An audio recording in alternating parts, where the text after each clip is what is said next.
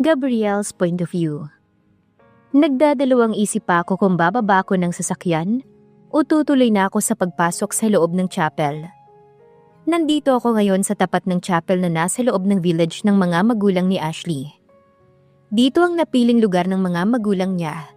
Habang ako'y hanggat maaari ay sa mansyon ko siya balak bigyan ng payapang burol. Wala naman akong nagawa dahil galit na galit ang mga magulang sa akin ni Ashley.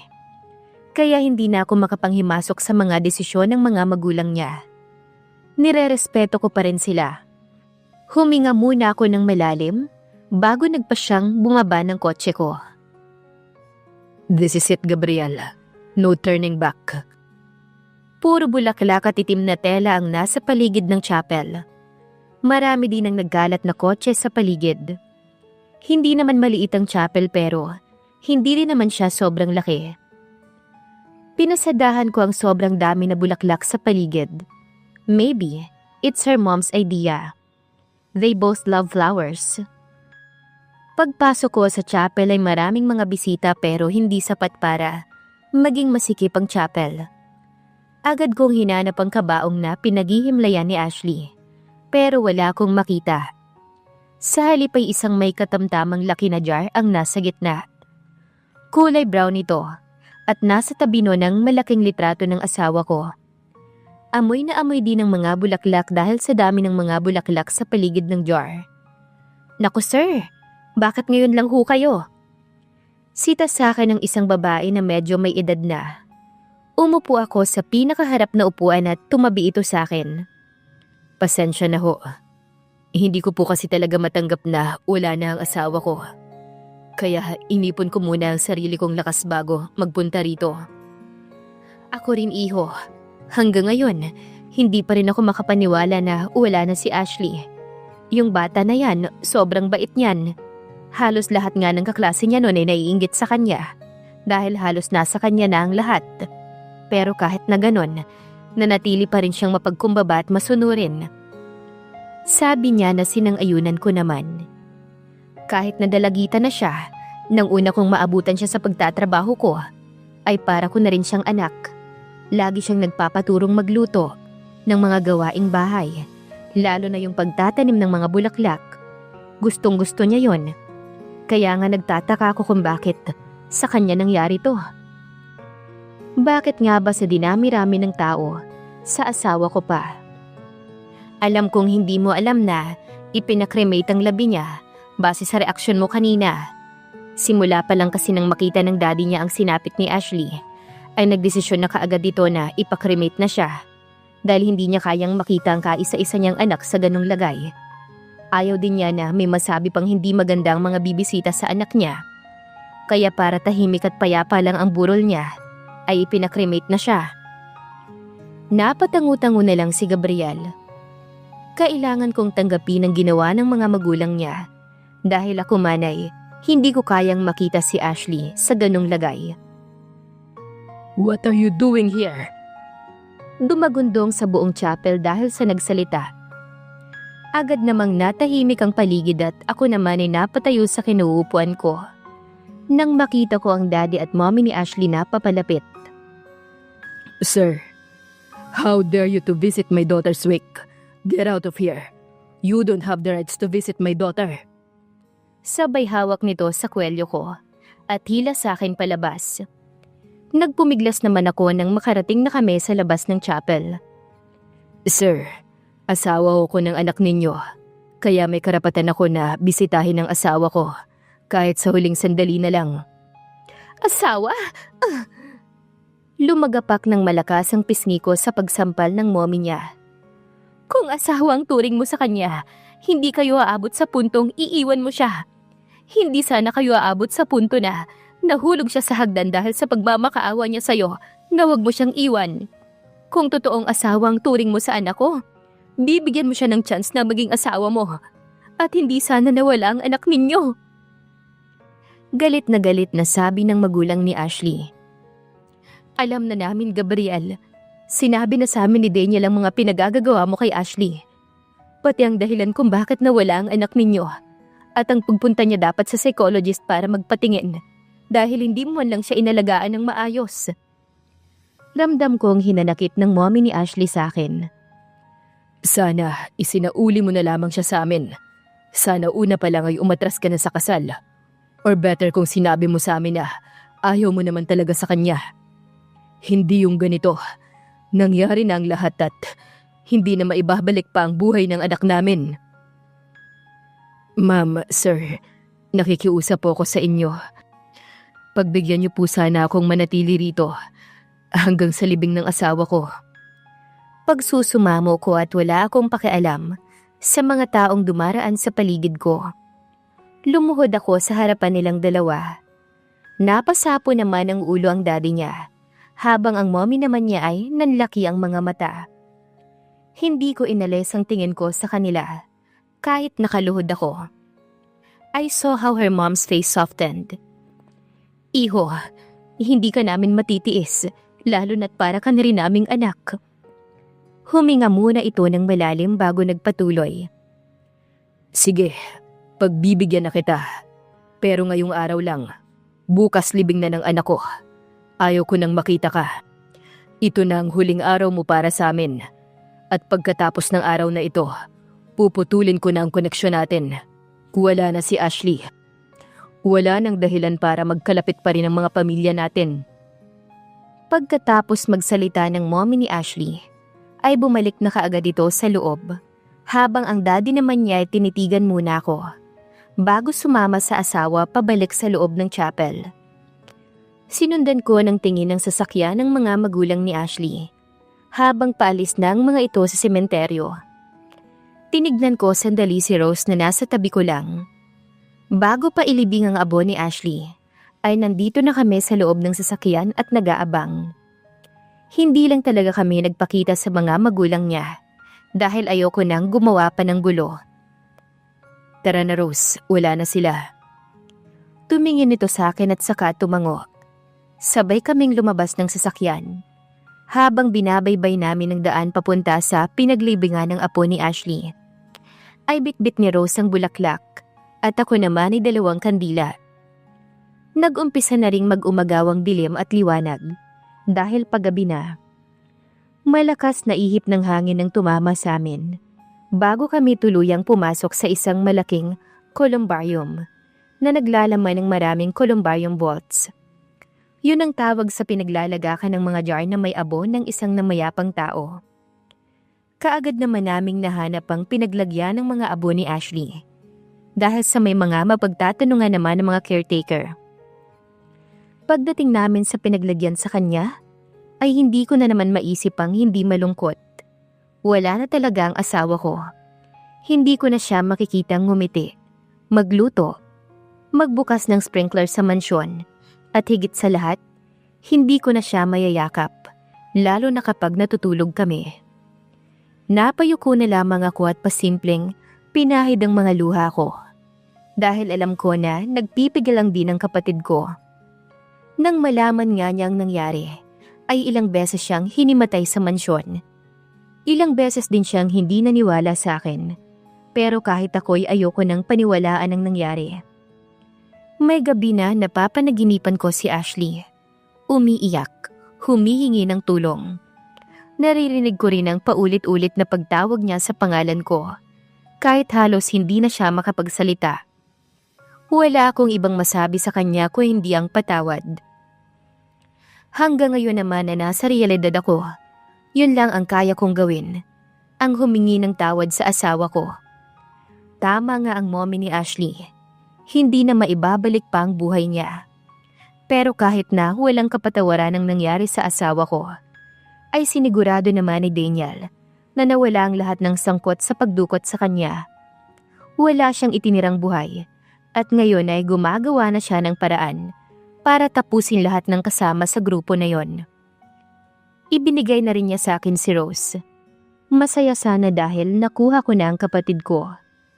Makakasabay ko na siya ulit kumain. Makakapag-usap na kami ng marami. Makakapagbiruan na rin. Pero hindi na kagaya ng dati. Wala na ang unang tao na nagbigay ng ilaw sa mansyon. Siguro makakausad ako, makaka-move on, pero may kulang na. At walang tao ang makakapag-ayos sa akin kahit si Cindy pa. Tumagal kami ng halos 2 oras ni Rose sa tapat ng abo ni Ashley. Bago kami nagpasyang umuwi na dahil gabi na at magsasara na rin ang lugar. Bye for now, my wife. I promise, babalik ako bukas. Hindi ko hahayaang mag-isa ka lang dito. Sana masaya ka na kung nasaan ka man ngayon. Sana mapatawad mo ko dahil hindi kita nailigtas na hinayaan kitang lamunin ng apoy sa lugar na yon. Gabayan at bantayan mo ko ha. Kasi sa totoo lang, hindi ko na alam ang gagawin ko ngayong wala ka na. Umiiyak na saad ko. Paglipas ng ilang sandali ay sabay na kaming lumabas ni Rose ng columbarium. Nakakapit ang isa niyang braso sa kaliwa kong braso habang naglalakad kami papunta sa sasakyan. Napahinto ako sa paglalakad nang pigilan niya ako at napatingin siya sa bandang kaliwa namin. Kuya Daniel! Sigaw niya na nag-echo sa buong paligid. Tumingin naman sa amin ang lalaki na nakaupo sa bench habang may hawak na sigarilyo. Si Daniel nga. Hinila ako ni Rose papunta sa pwesto niya, pero walang sabi-sabi ay umalis ito at naglakad palayo. Ilang beses pa siyang tinawag ni Rose nang sawayan ko na si Rose. Nakita niya tayo at sigurado kong narinig ka niya dahil hindi naman maingay dito. Kung talagang gusto kanyang lapitan, siya na mismo ang lumapit sa atin kanina. Pero bakit naman niya ako o tayo iiwasan? Malungkot na tanong niya. Marahan ko na lamang inakay ang kapatid ko palapit sa sasakyan. Why did you leave me here? Mahinang sabi ng boses na nanggaling mula sa likod ko. Kaagad ko namang nilingon ito at nabigla ako nang makita ko si Ashley. Ha? Hindi kita iniwan sa loob. Sabi kasi ng mga tauhan ni Daniel ay sila na ang bahala sa'yo. Tumingin ako sa likod niya. Nasaan na ba sila? Tukoy ko kay Daniel at sa mga tauhan niya. She just shrugged her shoulders. I don't know. Hindi ko naman sila nakita na gumawi sa kinaroroonan ko. Ha? Kung gano'n naman pala, sinong nagtanggal ng mga kadena na nakakabit sa'yo? Yung mga kumuha sa akin, pinakawalan nila ako. Parang wala lang sa kanya ang pagkuha sa kanya. Nakangiti pa siya ng bahagya sa akin na akala mo ay wala siyang iniindang mga pasa at sugat sa katawan. Akala mo ay ayos lang ang lagay niya. Tara na. Dadalhin na kita sa ospital. Si Daniel, tatawagan ko na lang siya kapag nakarating na tayo sa kotse. Sabay hila ko sa kanya. Pero hindi naman siya nagpahila sa akin na ipinagtaka ko. No, dito lang ako. Tila naguluhan ako sa sinabi niya. Can't you see yourself, Ashley? Your body is full of bruises and wounds. Your back is also bleeding because of your whip. Tatapusin ka nila, come on, bago pa nila tayo maabutan. Hinila ko ulit siya pero hindi ko alam kung saan nanggagaling ang lakas niya para hindi ko siya matangay. Nanatili lamang siyang nakatayo sa kinatatayuan niya. Pinakawalan lang nila ako para sabihin sa inyo na umalis na kayo. Tatapusin nila kayo, Gabriel. Si Daniel, tawagan mo siya at sabihin mo sa kanya na paatrasin na ang mga tauhan niya dahil mas marami sila sa inyo. Babala niya sa akin at nakita ko ang lungkot sa kanyang mga mata. I will never ever leave you in this warehouse, Ashley. Magkasakita na, pero hindi ako papayag na maiwan ka pa rito. Your mom is really worried right now. Come on, aalis na tayo rito. No, Gabriel. I said, may iwan ako rito. Nag-umpisa na siyang umiyak. Hinawakan ko ang pisngi niya gamit ang 2 kong kamay at pinatingin siya sa akin. Shh, don't cry. I don't want to see you cry. Thank you, kasi you greet me a happy birthday earlier. You take care always, Gabriel, ha? Remember that I love you very much. I drop little kisses in her nose, eyes, forehead, chin and lips as I dry her cheeks. Shh! Uuwi na tayo, ha? Gusto mo tawagan ko sila manang para ipagluto ka? na para pagdating mo, isurprise ka nila sa mansyon. Miss ka na rin nila. She shook her head. Take good care of them, Gabriel. My plans. Please take care of them as well. Bakit mo sa akin sinasabi yan? Di ba ikaw dapat ang mag-aalaga ng mga yon? Ayaw mo talagang umuwi? Hindi ko na kasi maaalagaan ng mga yon, kaya ibinibilin ko na sa'yo.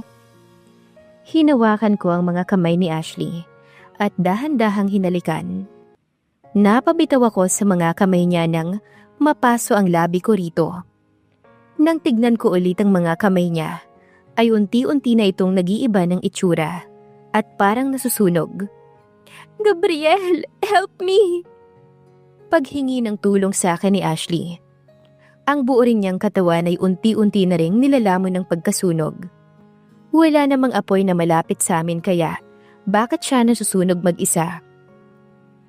Tuluyan na siyang sumigaw ng sumigaw habang nasusunog siya. At ako naman ay nanginginig na nakatayo lang sa tabi niya. Dali-dali ko na lang inalis ang suot kong damit para matulungan ng asawa ko. Pag-alis ko ng damit ko ay bigla na lamang nawala si Ashley sa harapan ko. Sinubukan ko pa siyang tawagin at hinanap sa paligid pero wala. Imposibleng nawala siya ng ganon kabilis. Ashley! Babalik sana ako sa loob ng warehouse. Pero ang mga paa ko ay hindi na makagalaw at parang may pumipigil sa akin na pumasok sa loob. Ang mga hiyaw ko rin sa pangalan niya ay unti-unti nang humihina sa hindi ko alam na dahilan. Ashley, come back here! Kuya! Tawag sa akin ni Rose at kasabay noon ay naramdaman ko ang pagising sa akin. Ashley! Naisatinig ko habang hinahabol ko ang aking hininga. Pinaikot ko ang paningin ko kung nasaan ako. Sa kwarto namin. Are you okay, Kuya Gabriel? Napatingin naman ako kay Rose na nakaupo sa kama na kinahihigaan ko. Panaginip. Masamang panaginip. Wala sa sariling napatango na lamang ako. Inabutan niya ako ng isang baso ng tubig na kaagad ko namang ininom. Kanina ka pa tinatawag nila Ate Michelle para sa breakfast pero hindi ka raw sumasagot. Kaya nagpresenta na ako na aakyatin na lang kita dito ng pagkain. Nagulat ako nang bigla mo nalang tawagan ng pangalan ni Ate Ashley ng paulit-ulit. Nag-aalala ko kaya ginising kita para mahinto ang masamang panaginip mo. Paliwanag niya. Umupo ako sa kama at niyakap ko siya. Hindi ko napigilan ng umiyak. Napapanaginipan ko ang asawa ko. Ayaw niyang umalis sa warehouse na pinagdalhan sa kanya. Hinabili niya sa akin yung mga halaman niya. Tapos sinabi niya sa akin na mahal din niya ako. God, bakit ngayon ko lang na-appreciate ang pagmamahal ng asawa ko? Umiiyak na kwento ko kay Rose. Naramdaman ko naman ang paghagod ng kamay niya sa likod ko. Siguro kaya kanya dinadalaw sa panaginip mo dahil may gusto siyang ihabilin at sabihin sa'yo, Kuya. No, I saw her. She's burning her own and shouting for help. I can feel the pain in her voice. Huwag ka nang umiyak, Kuya. Sigurado kong masaya na si Ate Ashley kung nasaan siya ngayon. Malay mo, nandito lang siya at binabantayan ka. Please, Rose, don't leave me. Ikaw na lang meron ako. Hindi ko nakakayan kapag nawala ka pa sa akin. Don't cry, Kuya. Of course, I promise that I won't leave you and Dad again. Pampalakas loob na saad ni Rose. Nasaan na nga ba si Ashley? Abangan sa susunod na kabanata. Please like, share, subscribe for more updates. Maraming salamat po.